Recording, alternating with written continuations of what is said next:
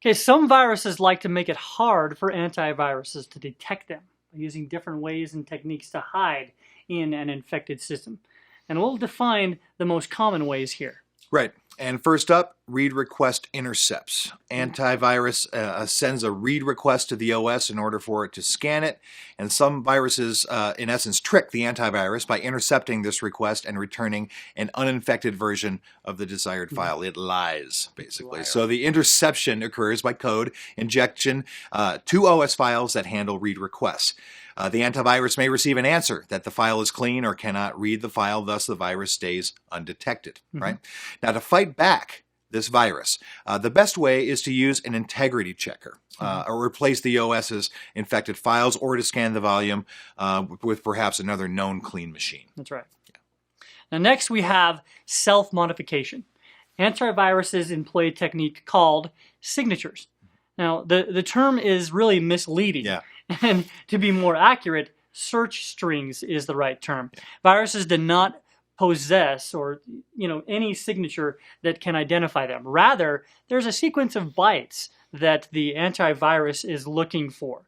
Now, when it's not found, the indication that the file might be infected, then the antivirus then employs other techniques to make sure that the suspected file is really infected. Now, if this sequence of bytes is changed, then this will indicate that the virus is different, or in some cases, that it's not a virus. Bottom line, this method is going to be used by viruses to modify what we know as signature. Okay, each time they infect a different file, which makes it really, really hard for antiviruses to detect all of them. That's right. And another method of evading detection is by using encryption, as we know. Viruses encrypt their body and leave only the encrypted modules, which always remain the same. And then decryption keys in clear text. Now this could be very complex, as viruses can encrypt each infected file with a separate key altogether, right? And that's a lot of them. Antiviruses cannot decrypt the files, but can suspect them and flag them for later investigation. Decrypting the files is not impossible. By any means. The encryption used is symmetric, and since the encryption keys are left on the machine in clear text, we can decrypt the virus and then, by definition, analyze it. That's right. Polymorphic code uses the technique of encrypted viruses with one major difference. The decryption module is changed with every new infected file.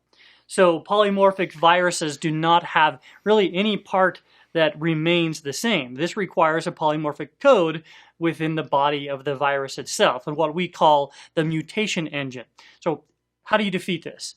Well, simply by using emulation. You might know this technique as sandbox. You may have heard of that. So the virus is left free to run in a virtual environment. And again, like in the case of encrypted viruses, we can use the decryption key, which is going to be left in clear text, to decrypt the virus. Now, if the payload, after decryption, appears the same in all the decrypted files, then this means it's truly a virus. That's right, yeah. And the Metamorphic Code engine allows the virus at that point to defeat emulation techniques. The virus rewrites itself every time a new executable file is infected. Metamorphic Code is used by some viruses when they are about to infect new files, and the result is that the next generation will never look like the current generation. The mutated code will do exactly the same thing, but there's a bit of a change. The children's binary representation will typically be completely different from the parents, much like my son and myself in real life. Thank goodness for him, by the way. Yeah, this technique is weak against this technique is weak, however, against heuristic analysis. Antiviruses who employ this technique will execute the programming commands of the suspected file or script in a specialized virtualized environment, allowing it to simulate what would happen if the code was executed. If any suspicious activity is detected, the file is flagged as a potential virus, but no harm done. That's right. No harm.